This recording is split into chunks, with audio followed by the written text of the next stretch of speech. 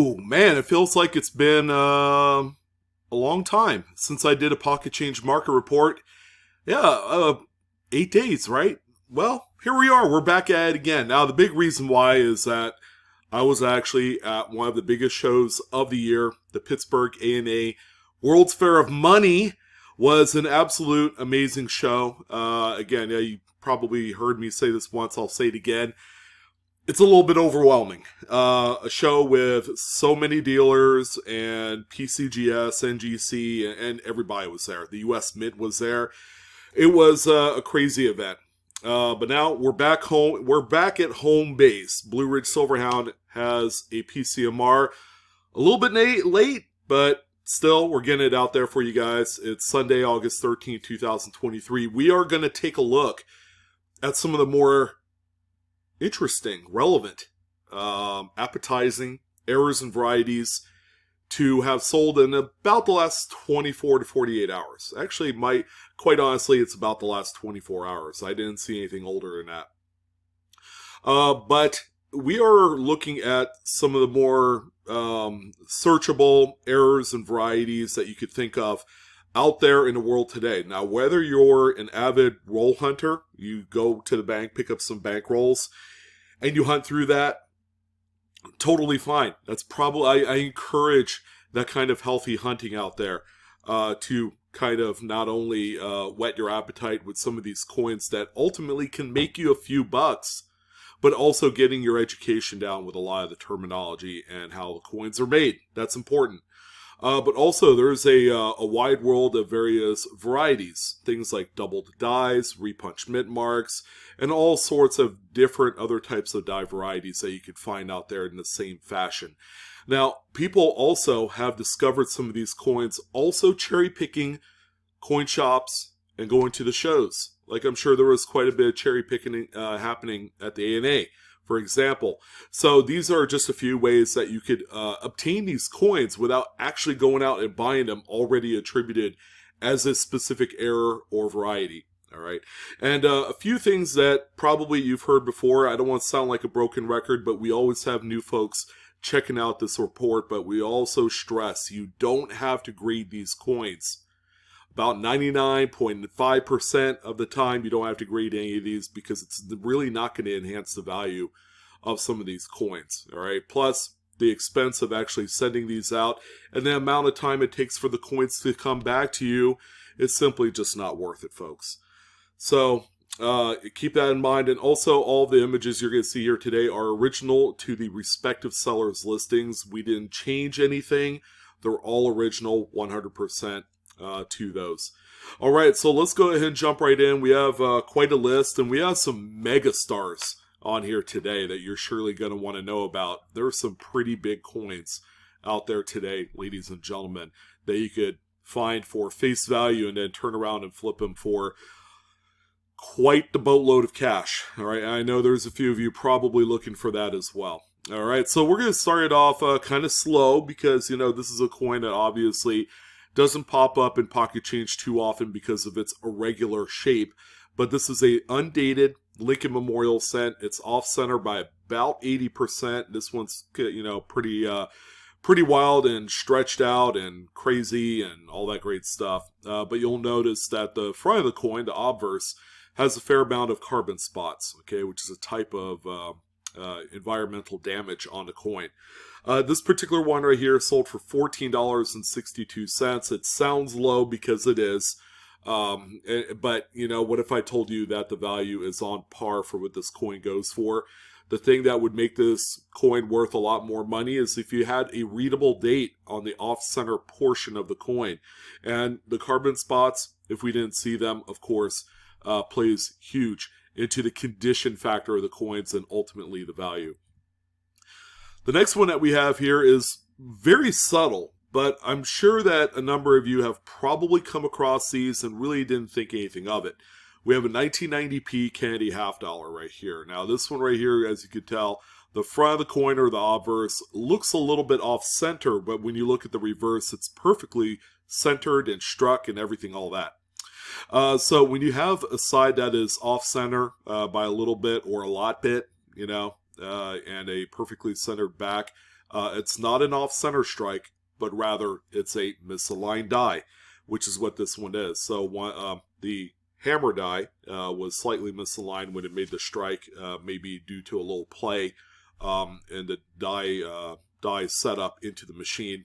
After so many strikes, you do get a lot of wear and tear on machinery, same way as an automobile.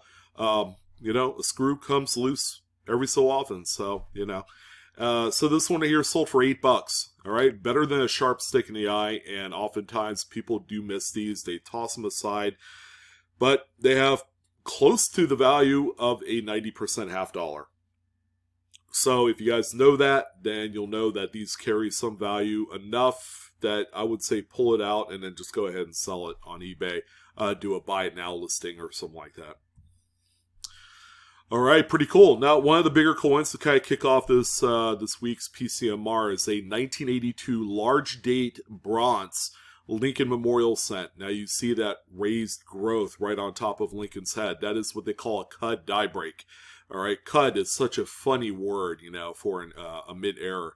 But this happens when, again, through the wear and tear process of the dies and the machinery and everything like that, a piece of the die had fractured and fallen out, right? So there's actually a gaping hole in the die. So when it strikes the coins, that area of least resistance is going to be the non-pressure area of the strike.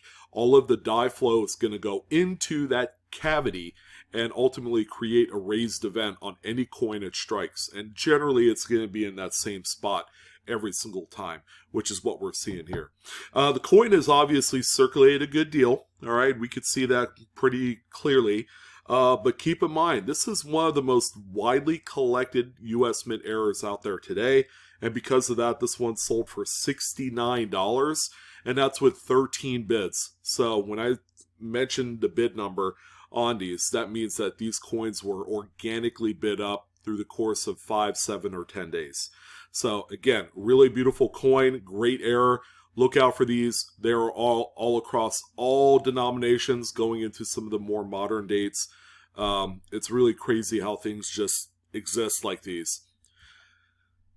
All right, we do have quite a bit of paper money here today. All right, and these represent kind of like the best of what can be out there. And some folks really don't know that these carry quite a bit of value. So we have an older 1985 $20 bill. Okay, it looks the part. It looks like something that, existed 40 years ago. I'm sure a lot of you who are of age probably have handled a fair share of these back in the day. So it looks miscut, all right, and that's a pretty easy kind of, conclusion on something like this. But when you look at the overprint with the serial numbers and the seals, you'll notice that it looks misaligned. But really, it's that overprint that's perfectly centered on the sheet, on this particular note right here. It's that second print, the base print of the front, that is shifted up, okay, which means the sheet was shifted a little bit when that second print was applied to the notes. When we look at the back, you can see that the back print is perfectly centered, so there's no misalignment here.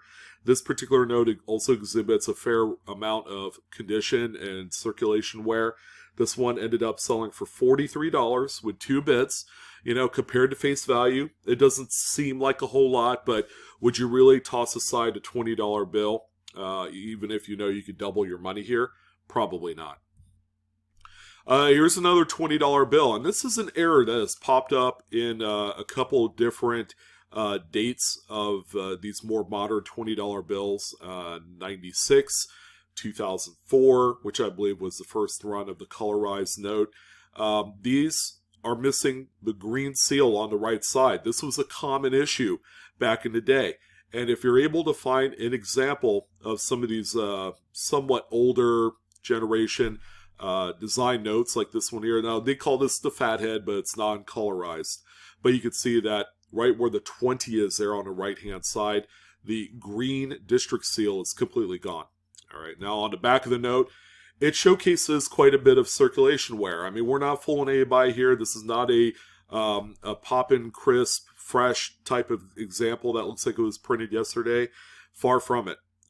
These right here, because of that missing green seal, this one sold for $82.65 with 18 bids. Again, a lot of value here, But again, most people don't pay attention to that. Maybe you should from this point forward. Here's another one. This is a perfect example of a misaligned overprint. All right, so the sheet was a little bit shifted when the overprint or third print was applied here. So the serial numbers and the seals, they're all shifted to the right a little bit. Nothing too crazy, but enough that you do have some overlapping elements of the serial number onto the base design of the front. So even notes like this still carry quite a bit of value. It's a 1999 series note. This one ended up selling for $90.89 with 11 bids. These are incredibly popular. They're very well collected in the error community, and these are still being found in even notes dated 2017. All right, so even the newer notes, as much as we want to believe that this thing has been perfected as far as the print quality is concerned, we're still seeing issues of this magnitude on modern notes. There's a little bit of the backside, shifted slightly to the right, but this is within the BEP tolerances. And here is our last piece of currency in this particular short run. We have a 1969 C $1 bill. Now the shifted overprint on this one is grossly misaligned to the right. All right, so you can see that quite clearly when the serial number goes into the design by about 3/4 of an inch, you know it's serious. Now this one, condition-wise, does have a torn top left corner, all right, which normally would affect the value of such notes, but I think the error aspect of this still makes it quite nice, quite valuable. This one sold for $117.39 with 18 bids. All right, now we're back to some coins. This is a really lovely 1918 Buffalo nickel. It's off-center by about 20%. Now, these older obsolete type coins, things like Franklin half dollars, Buffalo nickels, Mercury dimes, Standing Liberty quarters, things of that nature. I would even say the wheat cent back design Lincoln cents. If you're able to find some of these wild errors, like this one where it's off-center or broad struck, boy, these things are very expensive. And they do exist out there. I mean, look at this one. This one has circulated quite a bit. And I wouldn't put it past someone to actually find one of these in an old collection. You just never know where you're going to come across these. This particular coin, raw, ended up selling for $349.99. Again, this could be in a graded holder, but for the sale, it's a raw coin. And that's the beauty part of it. If it was graded, it would probably enhance the value a little bit, maybe 10%. But overall, this is an easy sale right here for this one. And there you go, 1920 Lincoln wheat cent. A blockbuster coin. You know, it's off-center by about 20% as well. You know, some people see that wheat cent design and they automatically assume that it's like an old coin, it's obsolete. You know, they don't make them anymore like this. This particular coin ended up selling for $130.08 with 18 bits. All right, so again, tremendous amount of value here with this one. Numismatically, this is always going to be a rarity. It's always going to be very valuable. So if you do come across these and they're slightly off-center or broad-struck, keep in mind these things are a perennial all-star in the secondary market.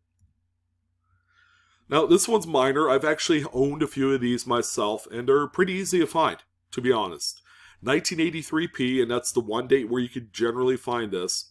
Washington quarter. Has a small little cut. It's right on the rim. It goes into the design right there, the Y of Liberty, a little raised event.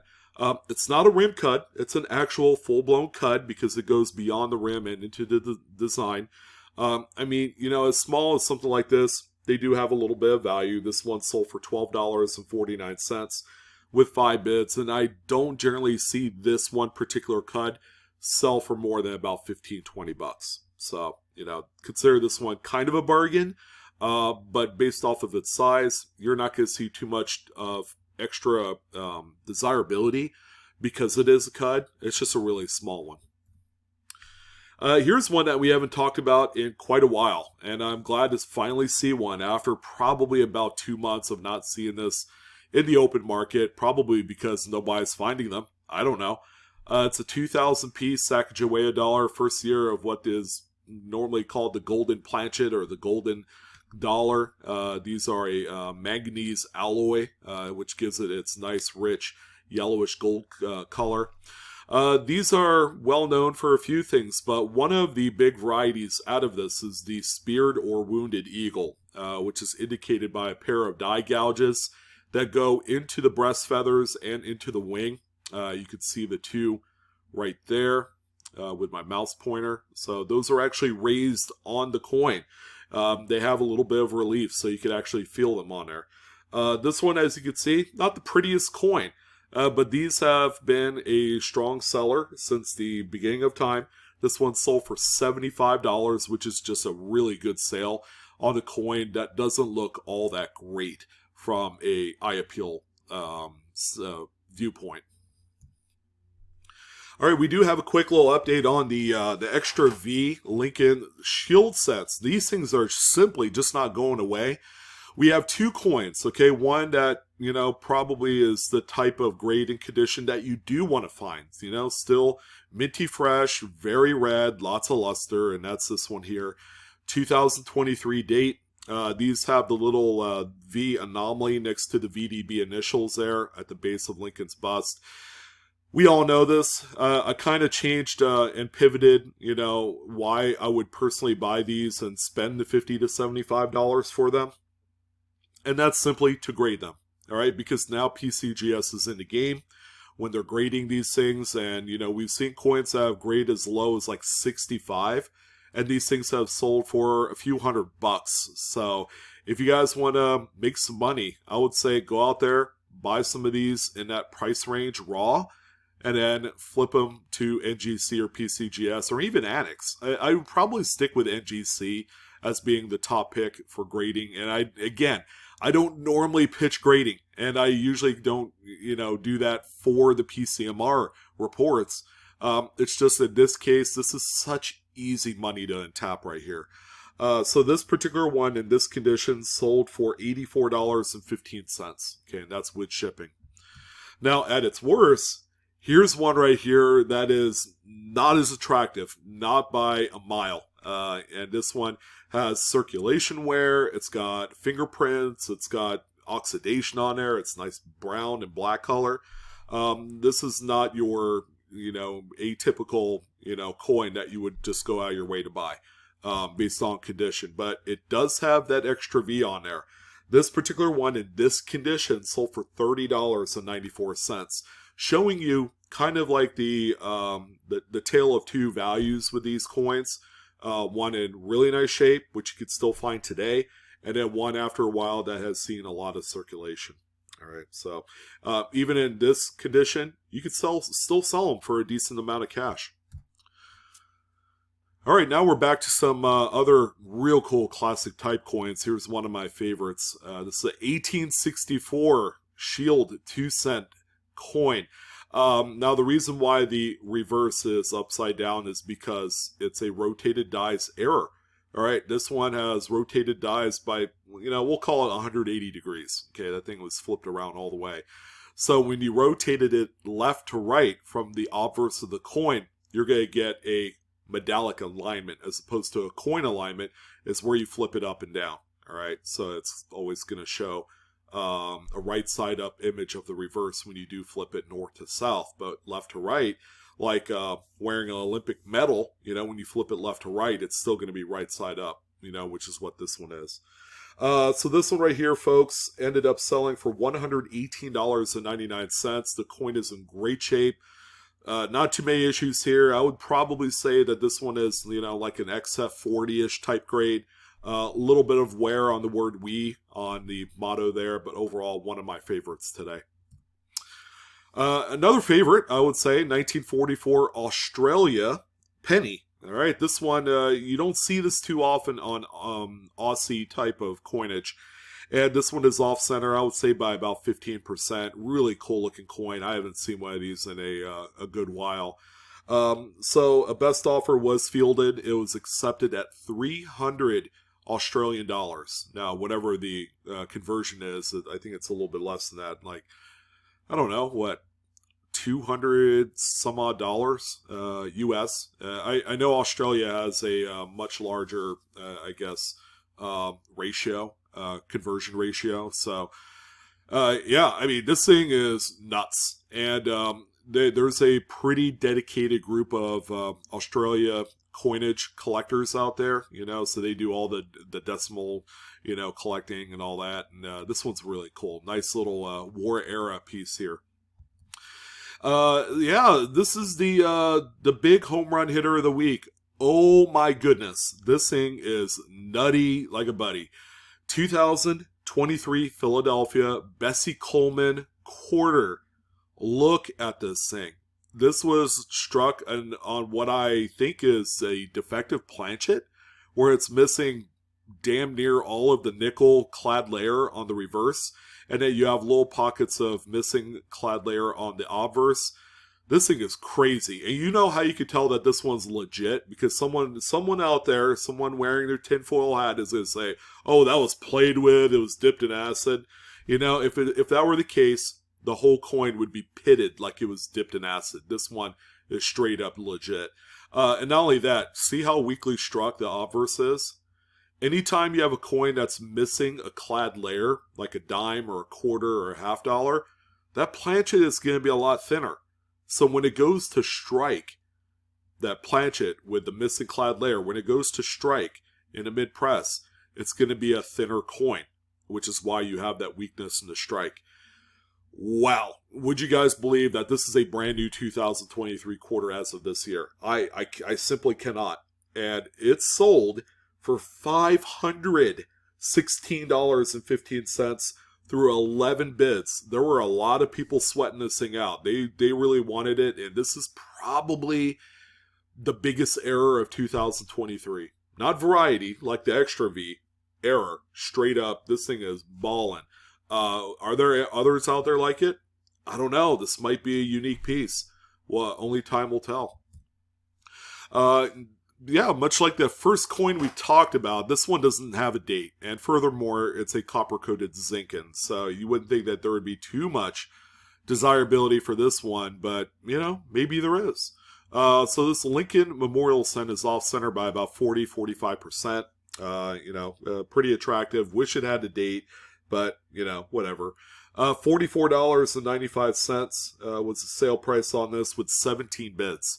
So there were quite a few people that did see the value here. It could just possibly be the seller's lights out picture taking skills, which that's what this is. This is about as perfect as you could get with a camera on any coin. 1930 Lincoln Shield Cent, or Lincoln Wheat Cent rather, sorry about that, which has a detached lamination on the obverse. This is something that happened a long time ago because it retoned in that little area there, that strip. Good date too. You don't see, the older the date, and this one's a very clean looking coin. It's sold for $22.38. Next piece of currency comes in the way of this 1974 $10 bill. All right, so we have more misalignment action, and it looks like it's the second print. Again, misaligned on this note. This one is really nice. This thing is clean as it gets. And the serial number is quite interesting. Some would say it's a low serial number. 4 leading zeros, not too bad. It's very well collected still. But you can see the top edge of the next note in the sheet. When we look at the reverse, yeah, the centering's great. It's fine. A little bit shifted to the left, but it's normal.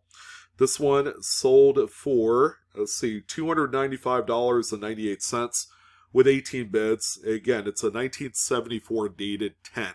All right, nothing too crazy as far as date, but that error is just really cool. We only had one lot on the list, but, we had these 4 coins here. 4 Lincoln cents and a quarter. A little bit of off-center action on a lot of them. The 4 together sold for $39 with 8 bids. Could this be something you could pick up to resell at that price? I don't know. I think I'm a little bit on the fence on this one.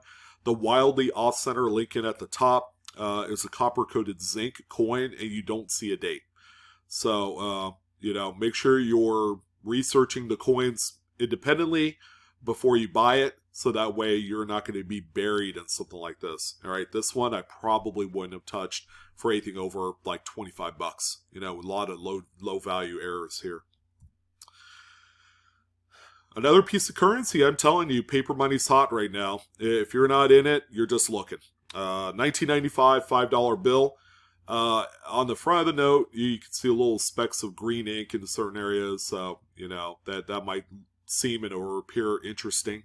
The note has some circulation wear. You can see a centerfold, you can see ripples and wrinkles all throughout. But check that out. Whew.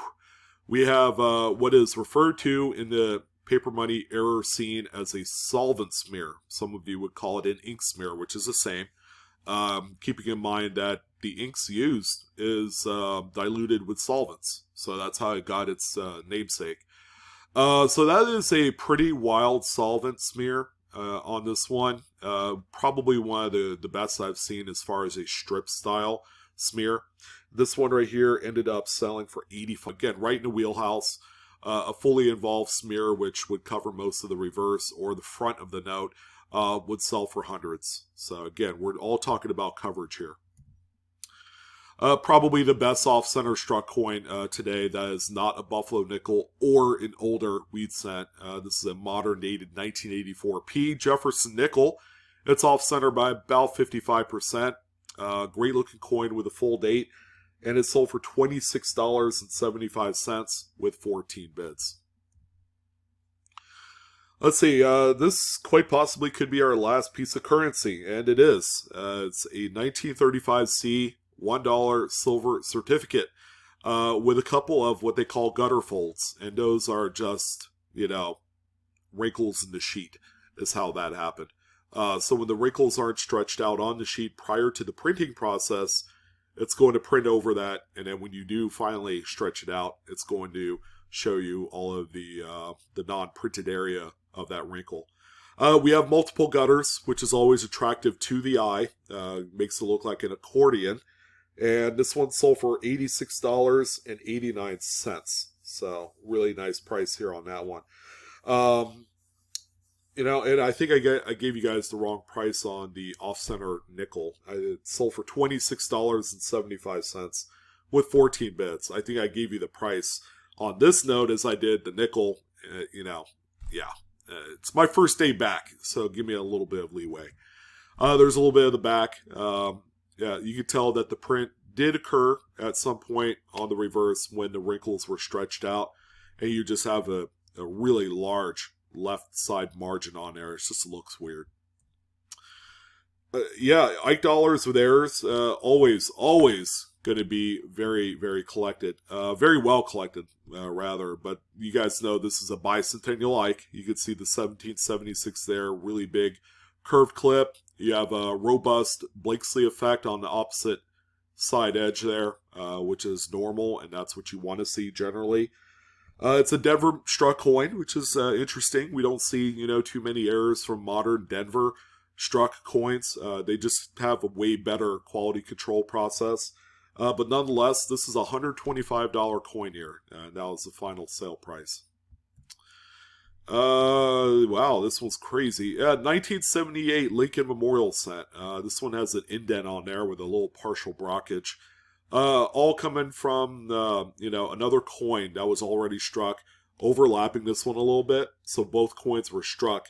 Obviously, there were some collar issues and all sorts of great things during this time when this was struck. But you can see partial of cent in there, which is kind of cool. And this one sold for $52.38. These are always collected, and when you have a full readable date, that's kind of where it matters most to the folks that do buy into these. And then finally, one of the neatest coins to just show up out of nowhere on a eBay, you know, archives sale list has to be the 1814 over 3 capped bust $50. Not a particular fan of the photography. It's way too washed out and granular, giving it the appearance that it looks counterfeit. But after looking at it, it is the real deal. It's got all the clash marks that you want to see. It's got certain other markers that you do want to see from just the overall die wear. you could see some of the die cracks, especially under the date, things like that. So this one has all the makings to be a legit coin. It's also a very valuable coin because of the overdate, and that's why it's here on the list. This one sold for $583.75. Technical grade, probably like a VF25, you know, somewhere around there. There's considerable amount of wear on the hair curls of Liberty, on the reverse, the eagle, things like that. I've collected quite a few of these. I know my grading, you know, spiel on cap bus halves, and they're a lot of fun. So you just never know what you're going to see on eBay that we could throw on the PCMR list. But there you go. That's going to go ahead and wrap it up. Welcome back, guys, to Blue Ridge Silverhound land. I'm your host, Sean, with Blue Ridge Silverhound. It was good to see you guys, and hopefully this video gives you some extra incentive to go out there and to look for some of your treasures and then resell them and make quite a bit of money in the process. I am out of here to rest up for a long week. We got a long week ahead of us of new content and all their great stuff. You guys have a wonderful Sunday evening. Monday Market Report will be coming on Monday. And I'm out of here. You guys take care. And I'll see you on the next coin video. So long.